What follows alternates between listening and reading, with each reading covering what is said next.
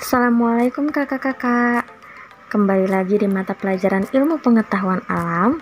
Kita buka pelajaran kita pada pagi hari ini dengan sama-sama membaca basmalah. Bismillahirrohmanirrohim. Ngomong-ngomong, bagaimana nih kabarnya?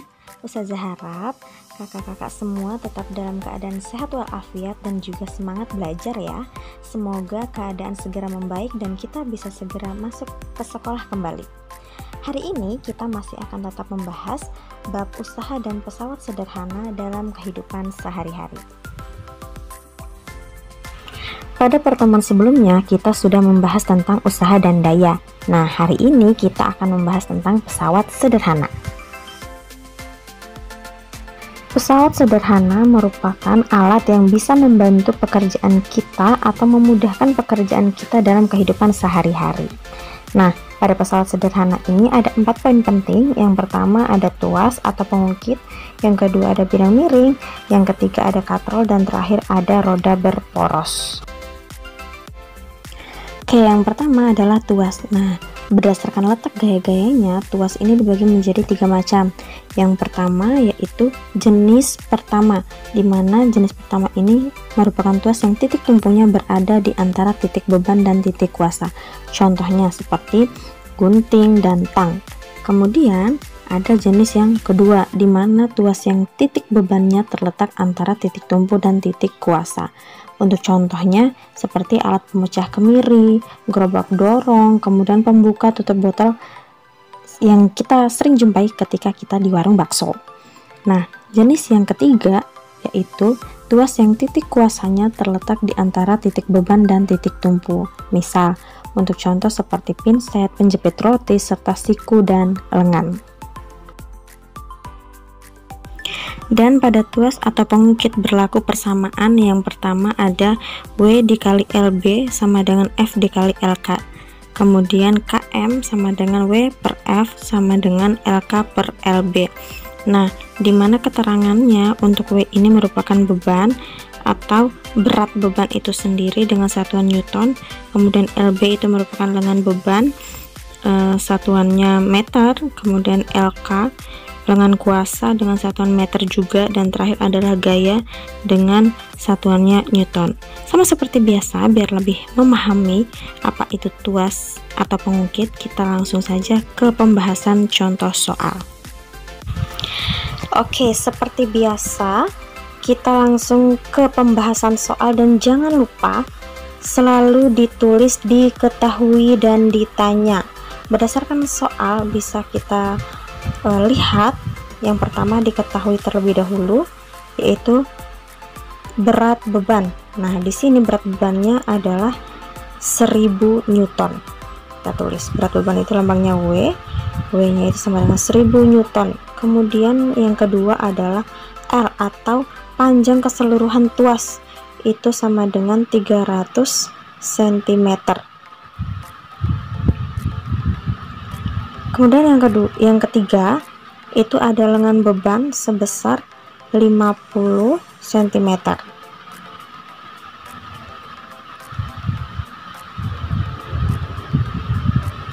Oke, jadi di sini yang belum diketahui adalah LK atau lengan kuasa. Caranya adalah total dari keseluruhan panjang tuas dikurangi dengan lengan bebannya, maka hasilnya adalah 250 cm. Tapi yang perlu diketahui di sini masih dalam cm, seharusnya kita ubah ke meter. Jadi 2,5 meter. Kemudian 50 cm kita ubah ke meter, jadinya 50 dibagi 100, 0,5 meter. Oke, sudah kita ubah. Kemudian kita lihat yang ditanya adalah apa. Berdasarkan soal, yang ditanya adalah gaya yang diperlukan, berarti F. Oke, bagaimana cara mencari F? Kita masih menggunakan rumus W dikali LB sama dengan F dikali LK. Oke, karena yang ditanya adalah F, maka berarti rumusnya F sama dengan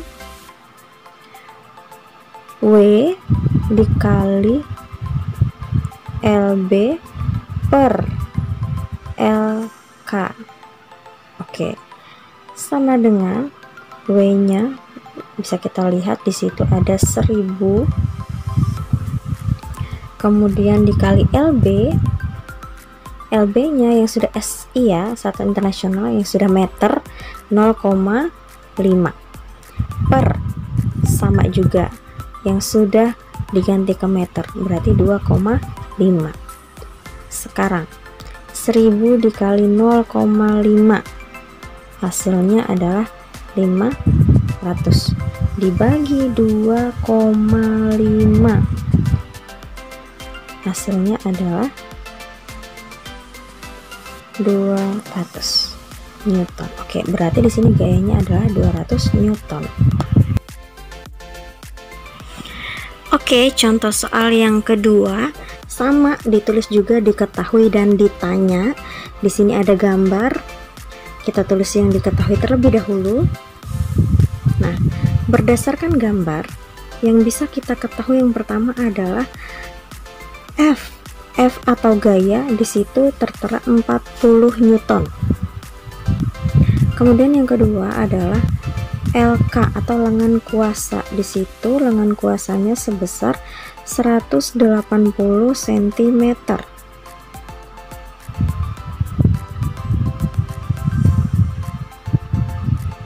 Oke. Nah, 180 cm kita ubah ke meter. Nah, 180 karena dua angka, jadi 180 dibagi 100. Sama juga dengan lengan beban yang di situ ada 20 cm, kita ubah ke meter. Kalau kita ubah ke meter berarti nilainya adalah 20 dibagi 100, berarti 0,2 meter. Oke, udah 3 aspek yang diketahui. Kemudian yang ditanya di situ berdasarkan soal yang ditanya adalah tentukan berat anak.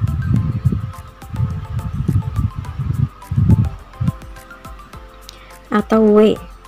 Nah, rumusnya masih sama. Kita menggunakan yang tadi, W dikali LB sama dengan F dikali LK. Nah, karena yang ditanya adalah W, maka rumusnya menjadi W sama dengan F dikali LK per LB atau lengan ban. Nah, kemudian kita substitusikan angka-angkanya. F itu nilainya 40, kemudian LK atau lengan kuasa itu nilainya 1,8 meter. Kemudian dibagi dengan lengan beban yang nilainya 0,2. Nah, sekarang tinggal kita hitung nih. Kita hitung sama dengan 40 dikali 1,8. Nah, 40 dikali 1,8 hasilnya 72 dibagi dengan 0,2. Oke. Berarti di sini hasilnya adalah 72 dibagi 0,2 yaitu 360 Newton. Udah ya. Pesawat sederhana jenis yang kedua yaitu bidang miring. Nah, bidang miring ini biasanya banyak kita jumpai ketika kita mampir ke toko-toko sembako atau barang-barang misalnya. Nah, kurir-kurirnya biasanya menggunakan bidang miring atau papan yang dimiringkan agar mudah mengangkut barang-barang ke atas truk misalnya. Nah, untuk di bidang miring bisa kita lihat gambar-gambarnya. Di situ ada H yang menyatakan ketinggian, kemudian S yang menyatakan panjangnya bidang miring itu sendiri. Kemudian ada kotak yang di situ bertindak sebagai beban, dan beban itu akan bisa bergerak ketika kita memberikan gaya. Nah, di bidang miring kita menggunakan 4 rumus. Di situ bisa dilihat dan keterangannya juga sudah ada di bawah, dan ingat itu keterangan yang sudah sesuai dengan satuan internasional. Oke, mempelajari IPA rasanya kurang afdol kalau kita nggak membahas soal. Langsung saja, berdasarkan soal bisa kita lihat yang diketahui itu apa saja. Di situ ada berat peti sebesar 500 Newton. Oke, di situ ada 500 Newton. Kemudian yang kedua, di situ dipindahkan dengan ketinggian atau H sama dengan 2 meter. Yang ketiga, panjangnya bidang miring. Di situ panjangnya bidang miring diketahui adalah 5 meter. Kemudian yang ditanya adalah berapa gaya yang diperlukan untuk memindahkan peti tersebut. Oke, kalau begitu, kalau untuk gaya kita menggunakan lambang F, dan untuk rumus masih sama seperti yang tadi. Rumusnya kita ambil salah satu, yaitu F dikali S sama dengan W dikali H.